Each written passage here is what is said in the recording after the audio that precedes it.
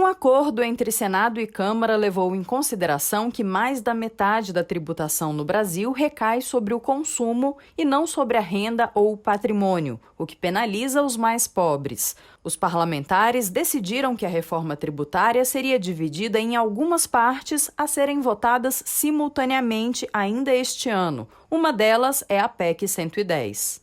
Eu quero aqui, de fato, enaltecer o trabalho desenvolvido pelo senador Roberto Rocha, já ao longo de bastante tempo, inclusive como presidente da comissão mista das duas casas que tratou da reforma tributária e agora como relator também se desincumbindo de um parecer que será debatido, poderá ser modificado no âmbito da comissão e no plenário do Senado, mas uma etapa importante nessa busca constante que nós temos ao longo de anos de um remodelamento do sistema tributário nacional. O relatório propõe a unificação de tributos sobre o consumo de bens e serviços por meio de 2 grandes impostos, a CBS, União de Impostos Federais, entre eles o PIS e a COFINS, e o IBS, União de Impostos Estaduais, como o ICMS, e municipais, como o ISS.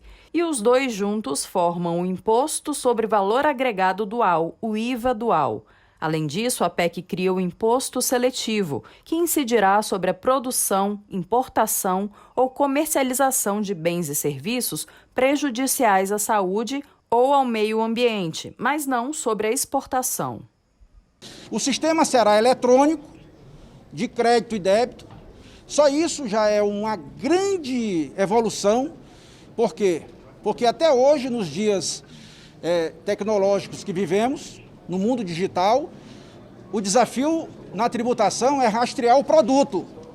Apesar de ter, ultimamente, instituído nota fiscal eletrônica, código de barra e tal, isso não é suficiente, até mesmo em função da desmaterialização que a gente vive de bens e de serviços. Por exemplo, ninguém mais compra nenhum produto para ouvir música, está na nuvem. Vai aumentar muito a base dos contribuintes e vai, ao longo do tempo, diminuir a carga tributária. O texto ainda propõe a taxação de bens ou serviços em seus destinos e não na origem, ou seja, efetivamente sobre o consumo. O objetivo é acabar com a guerra fiscal entre os entes da federação.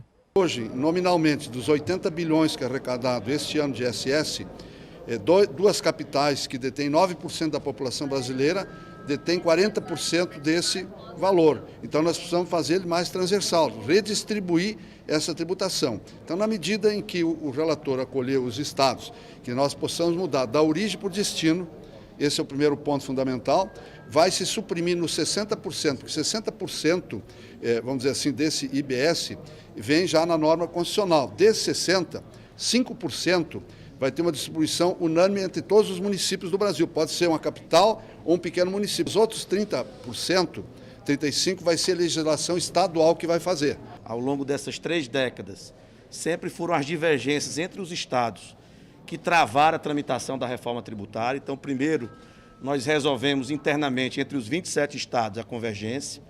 Depois tivemos que nos entendermos com o governo federal, com os municípios, pontos principais do texto apresentado pelo relator Roberto Rocha, ao apoio do Concefaz, e agora é a discussão, né, do detalhe do texto, que certamente será no processo legislativo, acontecerá aqui no Senado Federal. O relator explicou que o impacto na arrecadação deve ser pequeno e gradual. O novo sistema tributário vai ser completamente estabelecido em 7 anos. Então são 2 anos de teste, 2, mas isso após aprovação. 2 anos mais 5 anos de transição. E a questão da origem para o destino, você tem 20 anos, ou seja, 5% ao ano. Tenho muita convicção de que na CCJ nós conseguiremos avançar e quando vier ao plenário, evidentemente, há o meu compromisso de pautar a PEC 110 no plenário.